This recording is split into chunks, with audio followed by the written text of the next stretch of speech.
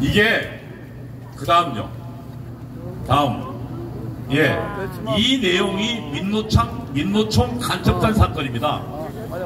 현재 법정에서 윤석열 대통령 변호인이 북한 김정은이 민노총 간첩들에게 보낸 그 내용을 공개했습니다. 그 내용에 보면 제가 그 내용을 좀 공개하겠습니다. 글자가 좀 작겠지만 제가 읽겠습니다.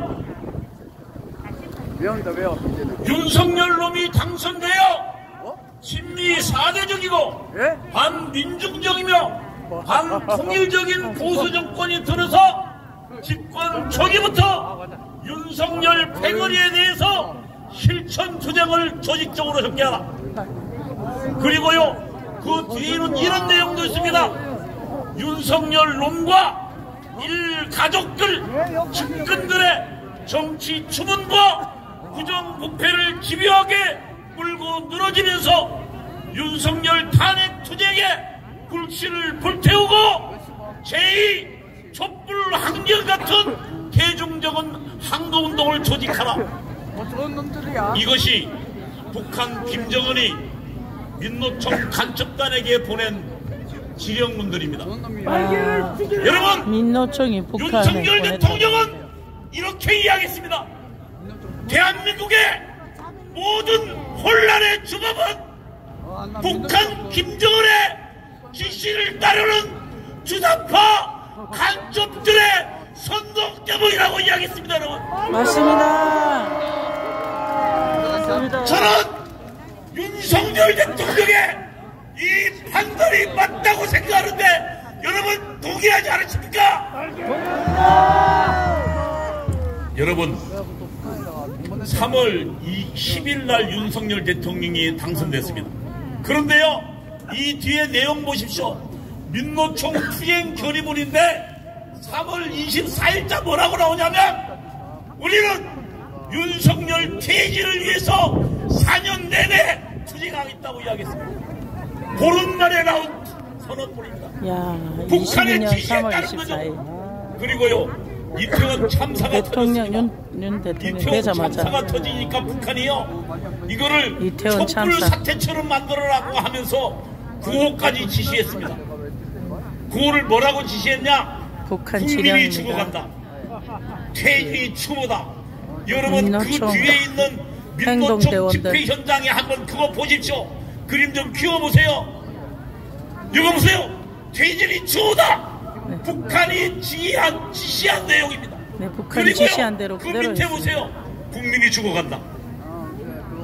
여러분, 대한민국이 왜 보수 대통령 2명이 탄핵 사태에 빠졌습니까?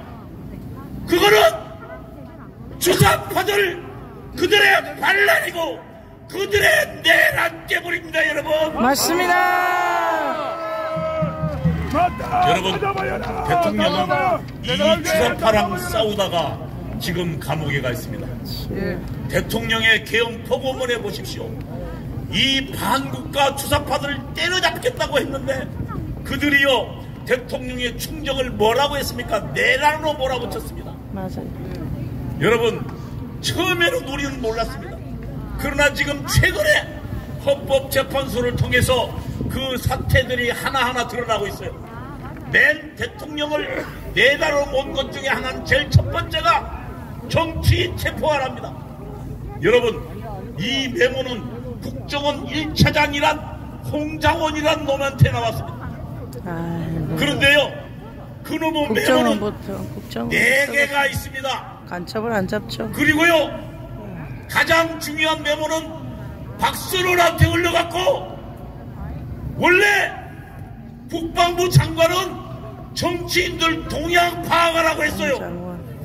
여러분, 계엄이 일어나면 정치인들이 어떻게 움직이는지 주요 인물에 대한 동향 파악은 국가의 기본입니다.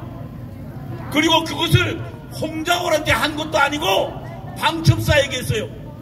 그런데 홍장원 놈이 집요하게 전화해서 방첩사에게 그 정보를 듣고 자기가 메모를 했어요. 그런데요, 그 메모 보십시오. 가필했어요. 그게 뭐냐면 1조 2조 체포조 가동, 그리고 구금시설의 가동이란 말로, 다시 말하면 정치인들 동향 파악이 정치인들 체포 지시로 바뀐 것입니다, 여러분. 그리고 사기꾼 홍장원 12월 3일 그러니까 12월 4일 새벽에 홍장원은 누구랑 통화했냐? 박선원이랑 통화했습니다. 그리고 문자로요. 이게 뭐야? 우리가 지시할 때까지 기다려. 여러분 지금 그래서 홍장원이가 지금 말을 이렇게 저렇게 바꾸고 있는데 맞아. 지가 공투에서 메모했다 그랬습니다. 근데 그 메모는 10시 46분이에요. 그런데 대통령하고 통화는 7분 뒤에요. 아니 빨리 잘랐어야 돼, 대통령이 정치인들을 체포하라고 했으면 이 자식은 대통령 통화 전에 지가 알았은 거예요. 어때요? 홍장원 메모 거짓말 아닙니까 여러분? 그 다음에 또 하나 있습니다. 박선원하고 만난 자요. 누굽니까? 김병조 박선원하고 만난 자 특수전 사령관 곽종근이라는 놈입니다. 곽종근. 이 친구는 당시에 국회에 가지는 않았고 그 안에 특수전 사령관의 예하 부대를 보냈어요. 이 친구가 12월 6일 날 박선원을 만났습니다. 이 사진이 박선원 만나는 사진이에요. 그때 물어요. 박선원이가 아니 저기 물어요. 그러니까 끌어내라고 했다. 그때 이 친구의 발언은 곽종근의 발언은 인원이란 말입니다. 요원이란 말이에요. 그런데 박선원이가 옆에 있다가 국회의원을요 이렇게 물어요. 그러자 그 옆에 있는 김병주가 국회의원을 끌어내라 한 것이지요 라고 묻어요. 그러자 곽종근이가 네 하고 답합니다. 여러분 당시에요 국회에 특수전 요원 15명 들어가 있었습니다. 그리고요 국회에 국회의원 190명 들어가 있었고요. 그리고 국회의원 보좌관 비서진 치면 약 2,000명 정도가 국회에 들어가 있었어요. 15명이 무슨 제주로 2,000명을 끌어낸 겁니다. 저는 사실은 저 곽종근 이 거짓 증언보다 김영원 장관 말이 맞다고 생각합니다. 여러분 제 의견에 동의하지 않습니까? 그러면은 이 순간 두 가지로 사실상 대통령의 통치권인 계엄이 내란으로 바뀌었습니다. 그 내란의 방금 기획 장군자가 누굽니까? 박선원입니다, 여러분. 박선원이 제일 첫 번째 홍장원 메모를 정치인 동향 수사를, 정치인 동향 파악을 정치인 체포로 바꿨고, 그 다음에 두 번째 곽종근 자기 국회 안에 들어가 있는 요원 빼내란 것을 국회의원 빼내라고 해서 아예 내란으로 만든 겁니다. 빨개를 죽여라! 그리고 이 메모는 또 12월 5일 날 누구에게 갔습니까? 한동훈에게 갔습니다. 한동훈이 12월 6일 날 최고위원회에서 이렇게 이야기했습니다.